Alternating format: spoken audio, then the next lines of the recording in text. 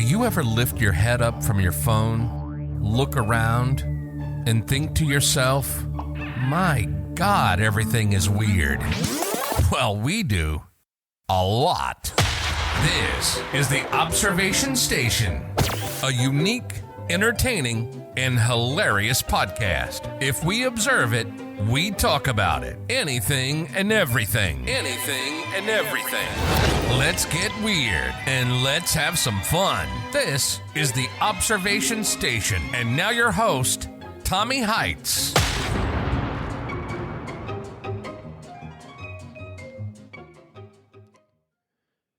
Hey, welcome back. It's going to be another episode of the Observation Station. Today's topic is going to be American Express versus Visa.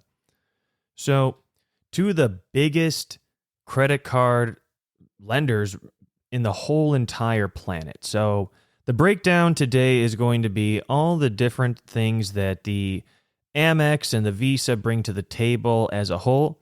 Maybe a little bit of the origin stories, just taking you back to where these cards started. So, just sit back here, relax. It's been a while since I put out an episode. Wanted to just come back here and say that I need to have it where more and more episodes are just very fluent in the topics, to have it where it's digestible.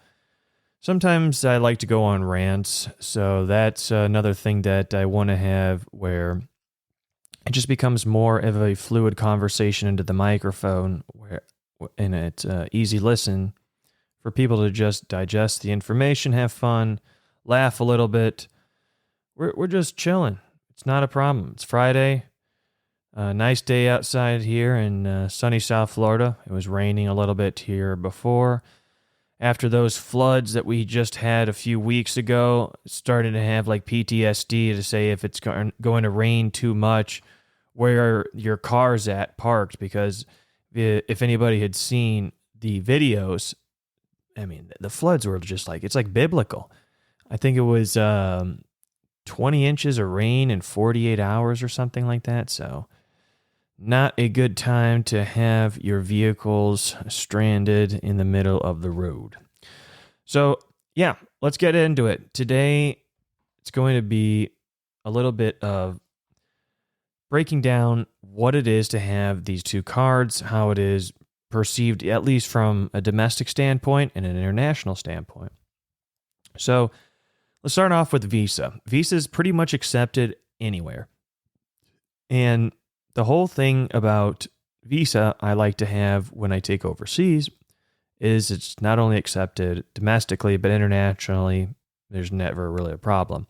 Amex is not the case, unless you're in major metropolitan cities like London, Berlin, things of that nature, and even if not everybody accepts American Express. And I learned when I got older, it's like, why do some of these gas stations not accept American Express? Well, it comes down to the fee that the credit card processing is a little bit more than Visa. So that's a reason why some people don't overall accept American Express. But the thing is it's been a while since I've been in a gas station where it has a cardboard makeshift sign on it that says, you need to be spending at least $5 for credit card purchases, or a 5% fee or something. It's like, or whatever fee on there. It's like, first off, this is illegal. But I mean, look, every day credit card use is so much better overall than having a debit card. I'll tell you exactly why this is great. When you use a debit card, you're at risk for the card to be used, and it's like, oh my gosh, that's like, kind of straight from the bank itself money. The credit card, if there's a fraud, there's insurance. If you have a good credit card like a Sapphire Reserve, something that you pay a pretty decent annual fee. If you're paying over $200 for the annual fee, you'll get pretty good service. There's not a reason for me to be taking the American Express off my list because of all the different perks that it brings to the table with the, there's a lot of travel perks, especially for travel insurance. It's all baked into the card if you book with the Amex Platinum. Some people say, is it really worth $695 a year as it is currently? Absolutely. If you travel, and I would say if you travel at least like 5 times a year on an airplane, yes. 5 times a year at least, it's totally worth it. Here's exactly why. The Amex, the customer service is second to none when you have the Platinum. I don't know what it's like to have the black card, also known as the Centurion card. I have no idea. It's got to be, some other level. But what I can tell you is from firsthand experience, one time I was flying to a wedding and everything was booked through the Amex card. So from there, you had it where there was an issue. I had one flight to the airport because it was a small airport I was flying into, Aspen Airport, where the flight was so delayed, and it was the last flight to Aspen, that I had an entire day that I had to stay in Houston, which was a connecting flight. I had no plans on staying in Houston. So the Amex, when I got finally to the hotel, I had to explain to them what happened. Everything was booked through the portal. So there's a record of all the different things that I booked. There even, it shows the delays of the flight so they can correlate as a representative to say, oh, well, yeah, this definitely did happen. It's something I'm going to need to rectify as a Platinum member. So they conference in where I don't have to handle it. It's nice where you just kind of sit back and relax. You don't have to do. It's kind of like having a travel lawyer in a certain sense. And they deal with the front desk, explain the issue, and da-da-da-da-da. And who knows what they can do. They could probably have it where they can retract a transaction based on some kind of contract stuff. Who knows? I'm not reading that far in the fine print. But it ended up, long story short, where the lady had told me everything's taken care of. Your room has been, your room charge will be refunded, da-da-da-da-da, because she just explained kind of just some corporate stuff. But I thought to myself, oh my God, thank you so much. And then you see an email coming back, your room has been refunded for one night, da-da-da-da-da, just some formal letter here. It's pretty nice to have it where it just comes about that service when you're traveling comes in handy. Especially Amex, if you have a round trip that you paid for, say that, and the thing is, it was just a one-way trip, so I kind of got it, screwed on this one. But if you have a round trip, say you have a problem and you're traveling, say to an international country, it's a little bit better to explain. And there's a problem so that you can't leave the airport. There's an issue with whatever it is, the plane, da-da-da-da. Amex gives you a credit to go to a hotel or whatever it is. It's like $500 for the night, something like that. And they can do that for 3 nights, or you have to prove what happened. There's a delay past 6 hours or something like that. So the bottom line, you're just getting so many more perks. It's like having a shield when you're traveling. The Sapphire Reserve is nice. There's definitely a lot of perks to that. The lounges actually with the Sapphire, they're building more and more and more because everybody is competing for lounge access of which one they can get into and the status. The Platinum, bar none, is much, much, much better when it comes to that.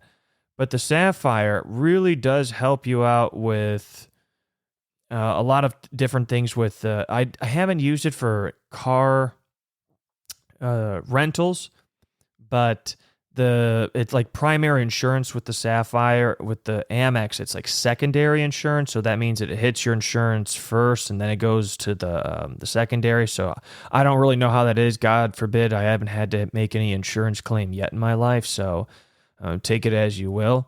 But to revert back there, I mean, look, the Visa and Amex, the difference too, when you go take a card like a Visa, there's almost zero problem of having it where a merchant, even in small foreign stores, accept And it just makes life a lot easier. There's almost no point of having the Amex Platinum or Gold or whatever Amex as it is, to matter of fact, when you're traveling, besides having it just in your room. Because when you go to the airport, you need to show it for international travel lounges so that you can get in for free. So Visa, the way that these guys started, if I read it correct, is that they were, lending money out there, and they were trying to have it where they started like their own like lending business. It's an interesting story how Visa started. It's like a multi-trillion-dollar company at this point, if I was correct and read. Think about the amount of times that they get paid. Every time the card swipes, any credit card, company, anytime that card swipes, they get paid.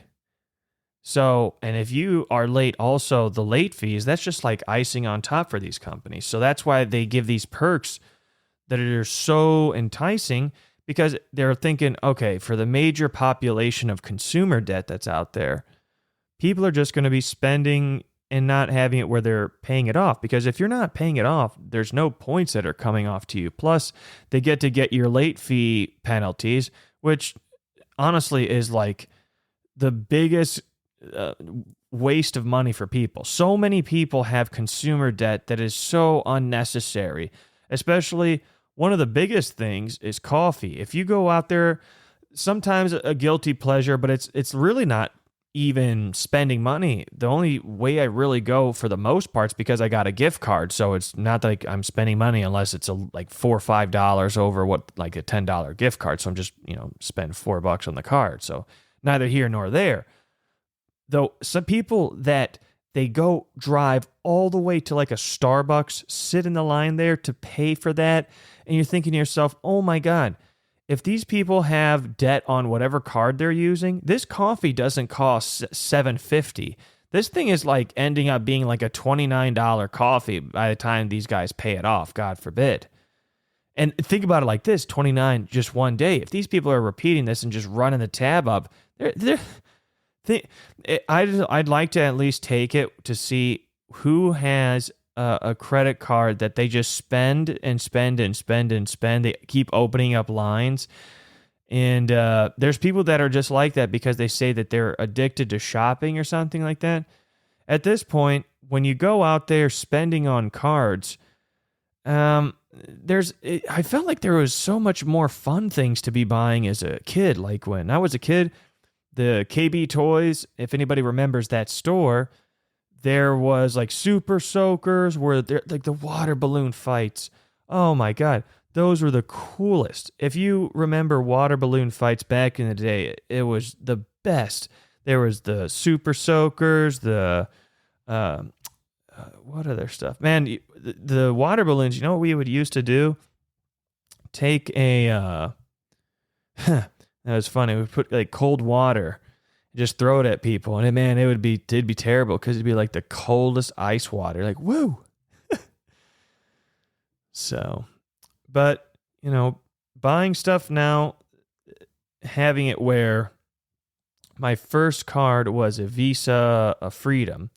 So the nice thing about that is where a lot of categories are 5% for a few months, like gas, or 5% buying at Walmart, which I almost refrain from wanting to go into. That's like a Navy SEAL operation. You're in and you're out so quick because the stuff you see around there, like, oh my God, did I make it this far? I'm not trying to down Walmart. It depends what town it's in, but for the general Walmart population, they don't have pages online about people of Walmart for nothing. So, and those people that check my receipt there, the people that, this isn't Costco. I just walk past. I just say hi and just walk past. I'm like, are you serious? Please. You're not checking my receipt. This is theft prevention. It used to be called a greeter. There's no greeter anymore there. That's theft prevention. So, but consumer debt, it's getting pretty bad. I just want to see what it's going to be like at the end of the year here, because if it's this bad at the middle, a little bit past the middle of the year now. It's going to be July at the end of the week here. And it's going to be interesting. A lot of things probably are going to be going on sale for Christmas because it's going to be where not many people are going to be able to afford it. Even at the credit card lines, right now, the APRs are going to be going up, up, up, up, up. Interest will be nuts. They'll be barred from having to open, any access to lines. So look, it is what it is with people. That's their own choice. It's the United States here. People have their own free will how to use the cards. A lot of times also with the Visa, if you get a no credit card fee card, they're great to have it where it starts off your report, like for Equifax. That's what I would say is the best thing, is to get a Chase card or whatever it is. I refrain from using Wells Fargo, even though William Fargo was part of I think it was part of some aspect in the founding of American Express. So there's a lot of things out there in retrospect where consumer debt, you think to yourself, why do you spend this money? Okay. Well, it's an impulse buy a lot of times. So that impulse buy, the credit cards, no matter Visa, American Express, they love impulse buys because it's just like every single thing that you swipe, the company has to spend 2% or like 3.5% on Amex. That it doesn't matter what you buy. That's why they love, love, love for you to keep spending. It doesn't matter which card you have. The consequences are real. It's just me observing and seeing what it is that people think this is just like funny money. When what is it, like a firm or something like that, the pay later, buy now, pay later. What a great way to get somebody where the pain isn't right now and it's just put off for like 24 months or something like that. My God. The people that do that stuff, that's another thing where if you really think about it, it's just interest on interest on interest. Because if you put that, I don't know how that would work. I mean, if you would put it on a credit card, you're already in debt paying the interest on that, which who knows, maybe virtually 30% interest per month carrying over, plus whatever the interest is on the pay it later that you haven't done that balance. Think about the stuff that you buy, like sneakers. If you buy sneakers on a credit line where you're paying installments on sneakers, please. I mean, you need to get your head straight. This is screwed up. So, well, I just want to have it where look. The whole part of Visa versus Amex, it's not saying who's better, who's worse. Everything is a tool. It's just like money. One is good in one place, one is good in another. Like the Amex Gold, perfect for grocery stores and restaurants, where the Platinum is pretty much solely good on travel, almost only. Anything that's travel related. So the Sapphire Reserve is good for travel and dining. So everything it's just like saying those are just the cards that I'm carrying. It's not something where I'm saying that people are going to be paying high annual fees for those cards. The whole thing is watch what you're swiping on. This is a public statement. Do not have it where impulse buys get you. Right now, it's a time to figure out, keep your credit score high. Don't be buying stuff that you don't need. Doesn't matter who it is. It could be, a Chime credit card. Who knows what it is? Apple Pay with a secured card that you have to call somebody and they have to note down why you're purchasing a $10 pack of socks or something. So get it together, everybody. Look, Observation Station is here just to tell you what I see, not what anybody else sees. It's just something that I'm just letting the world know right now. Do what you need to do. If you're going into debt, no, it's consciously your decision. No matter what it is, it's your choice. So, all right. Well, with that being said, the next episode is going to be what to do about feeling stuck in life. Just kind of be going over the feeling like you're stuck in a rut, things that aren't progressing, stagnant, you just feel like, what are you doing with your life? Is it going to be progressing, or is it just going to be staying there for the rest of your life? There's a peak and you've hit the valleys and there's no going up from there. It's Friday. Don't be that depressing, but it's just kind of having it where it's just, you got to make yourself fly. Don't hold your wings back. Let yourself fly. This isn't a life that was given to you just to have it where moping with your hands in your pocket and the head down. No, put your head up. It's going to be tough out there. You're going to get kicked, punched, whatever it is. Take it easy. And, next episode is just going to be some self-reflection happening between the listener and myself. Hope to see you there. Glad to have you here, at least right now. Have to be grateful for everybody that tunes in. Have a great weekend, guys. All right, bye-bye. You've been listening to The Observation Station. We find everyday life and everyday situations hilarious. We hope you've enjoyed the show. We know we had a blast. Make sure to like, rate, and review. And be sure to tell a friend about the show. That would help too. See you next time on The Observation Station.